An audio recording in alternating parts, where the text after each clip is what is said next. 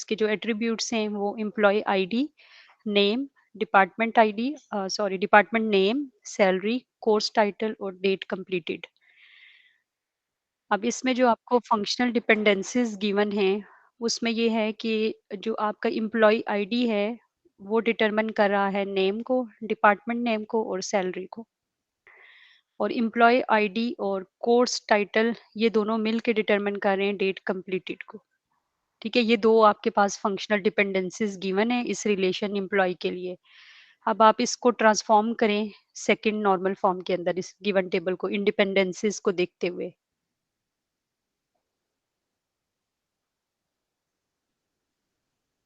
किसी ने पढ़ा है अभी तक लेक्चर में, सुना है सेकंड नॉर्मल फॉर्म के को हम जो है वो कैसे करते हैं? इसका सोल्यूशन मैं आपके साथ शेयर करूंगी, मैं बताऊंगी। लेकिन अभी फर्स्ट फेज में जो है वो आपने इसको खुद से कोशिश करनी है कि आप इसको खुद से सॉल्व करो लैब को। ठीक है, अभी मैं आपको टाइम दे रही हूँ, आप इसको खुद से कोशिश करो सॉल्व करने की, उसके बाद हम थोड़ी देर के बाद सोल्यूशन डिस्कस करेंगे। कॉमा सर्वे। ठीक है, मल्टीपल वैल्यूज आपकी एक सिंगल कॉलम में लिखी जाती हैं। जब उसको हम स्प्लिट करते हैं ना कि हर सेल के अंदर एटॉमिक वैल्यू आए, एक सिंगल वैल्यू आए, जब वो स्प्लिटिंग होती है ना तो वैल्यू तो सिर्फ उसके कोर्स की डिफरेंट है, बाकी तो एम्प्लॉयज की सारी जो चीजें हैं वो तो सेम है। उसके जितने भी एट्रीब्यूट की वैल्यूज हैं वो तो सेम आएंगी। तो जब आपने उसको एक अलग सेल में सर्वे की वैल्यू को डाला, तो आपको एम्प्लॉयज की इंफॉर्मेशन को रिपीट करना पड़ा। अब ये रिडंडेंसी आ रही है ना आपके इस टेबल के अंदर, सेकंड नॉर्मल फॉर्म में आपने उस रिडंडेंसी को रिमूव करना है। ठीक है, पहले आप खुद से देखें, आपने लेक्चर ना अपने वीडियो लेक्चर्स से। ये तो आप लैब तभी सॉल्व कर सकेंगे ना जब पीछे से आपको लेक्चर का पता होगा।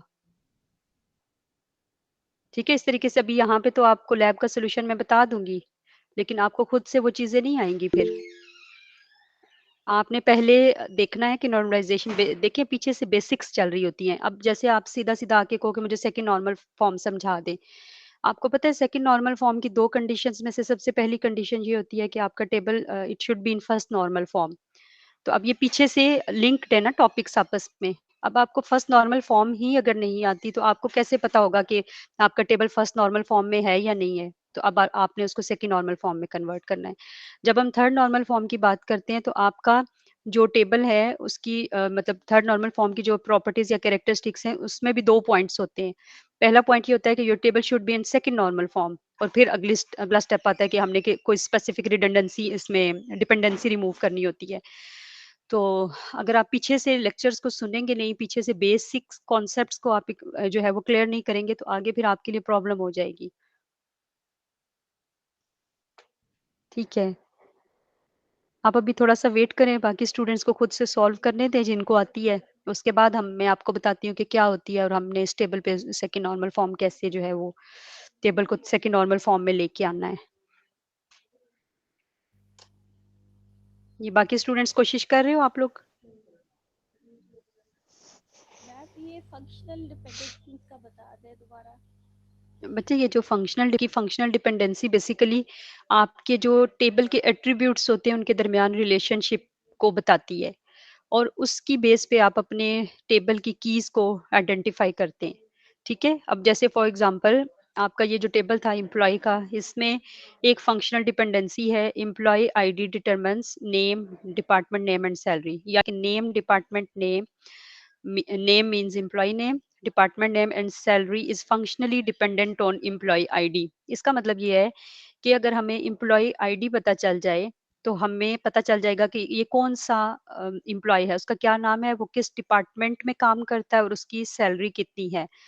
क्योंकि ये जो है आपका एम्प्लॉय आईडी ये यूनिक है, इसके अगेंस्ट जो है वो एक ही एम्प्लॉय की इंफॉर्मेशन आएगी।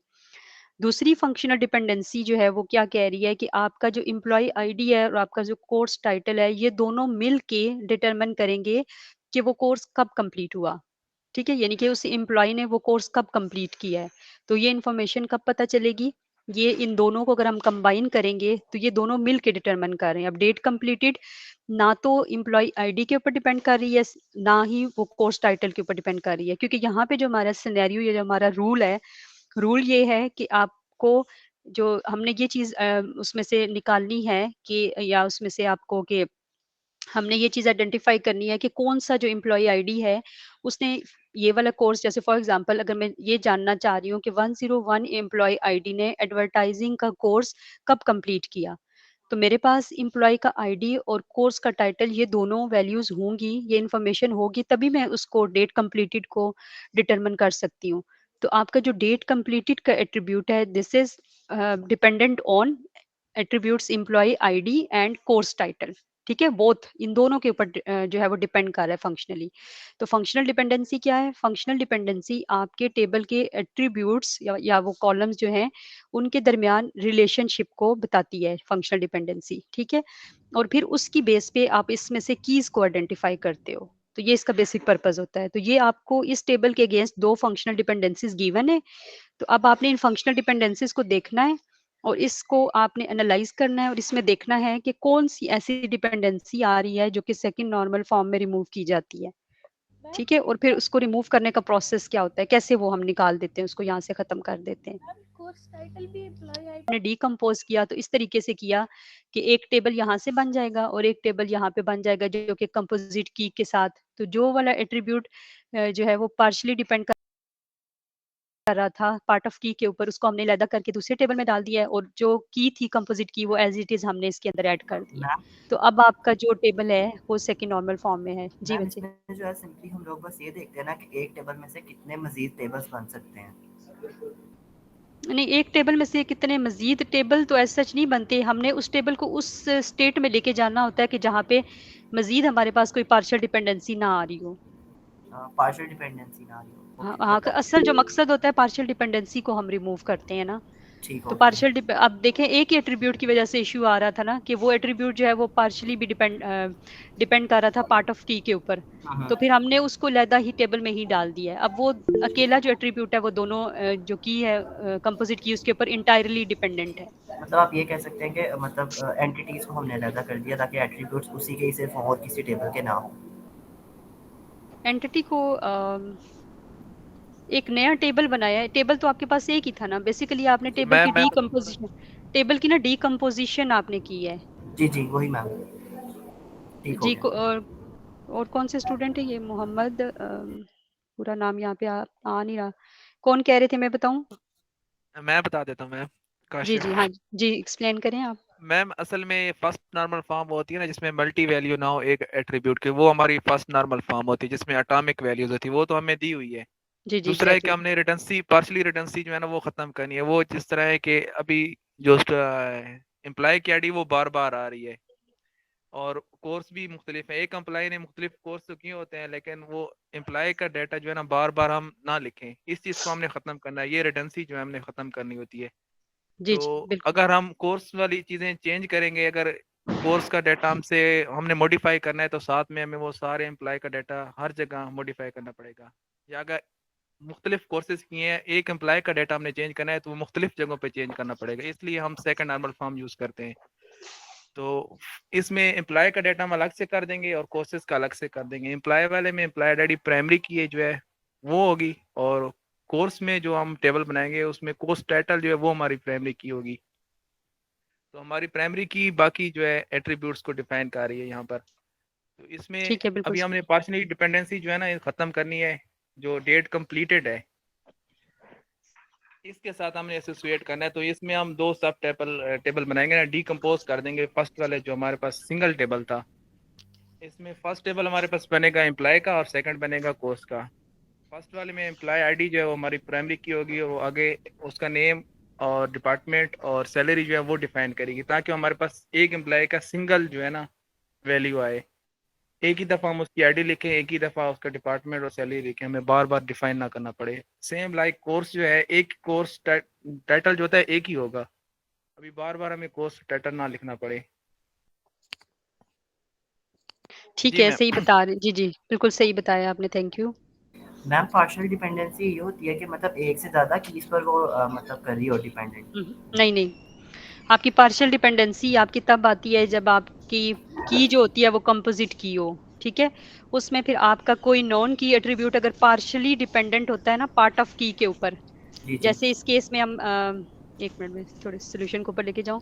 यहाँ पे देखें, ये आपकी जो एम्प्लॉय आईडी और कोर्स टाइटल है, ये दोनों फंक्शनली जो डिटरमिन कर रहे हैं डेट कंप्लीटेड के एट्रीब्यूट को। ठीक है। अब आपका इसमें डेट कंप्लीटेड जो है ये पार्शियली डिपेंडेंट है कोर्स टाइटल के ऊपर, कोर्स टाइटल, यस ठीक है। तो हम कहते हैं कि ये हमारी कंपोजिट की है और एक पार्ट ऑफ की के ऊपर एक हमारा एट्रीब्यूट डिपेंड कर रहा है।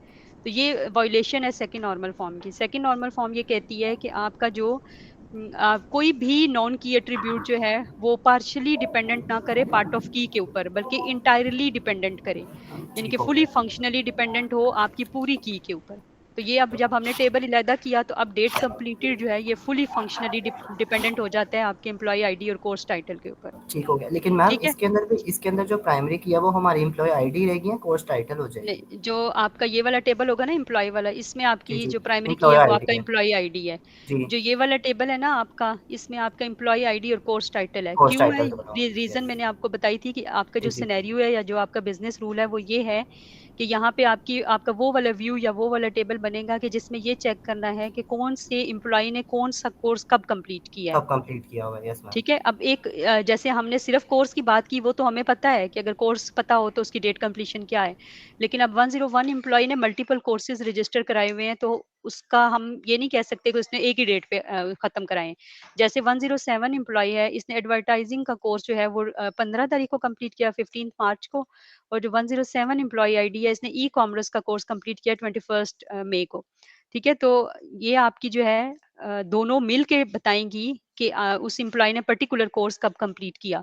तो जो रिक्वायरमेंट थी, जो कंस्ट्रेंट था, उसके हिसाब से आपकी जो प्राइमरी की बनती है इस कोर्स के टेबल की, वो एम्प्लॉय आईडी और कोर्स टाइटल बनता है, ठीक हो ठीक है। गया। जी, समझ जी। आइए आप? Yes ma'am. मैम जरा एक दफा दोबारा पूरा समझा दें प्लीज। की है ना अनिला, वो आपकी सेकंड टेबल में आ रही है। लेकिन आप ये देखिए ना कि जो सेकंड नॉर्मल फॉर्म में जिस एट्रीब्यूट को वो डिटरमिन कर रहे हैं, क्या वो इसके ऊपर पार्शियली डिपेंडेंट है? अब वो पार्शियली यहाँ पे डिपेंडेंट नहीं रहा, ठीक है, क्योंकि यहाँ पे वो दोनों जो है वो मिल के इस चीज को डिटरमिन कर रहे हैं, ठीक है। तो ये यहाँ पे ये क्योंकि इसकी कंपोजिट की है और ये एक ही एट्रीब्यूट को कर रहे हैं, तो इसलिए हम इसको कहेंगे कि ये आपका जो है वो पार्शियल डिपेंडेंसी इसके अंदर नहीं आ रही। थोड़ा सा ना मैं आपको पार्शियल डिपेंडेंसी का हैंडआउट से भी बताती हूँ। मैं एक मैम मिनट आज हैंडआउट्स का जो भी है पेज। मैम आज सिर्फ लैब 8 होगी ना? जी मैम आज जो है लैब 8 होगी बस। जी जी, लैब 8 है आज के। पूरा जो सेशन है आपका लैब 8 के ऊपर बेस कर रहा है।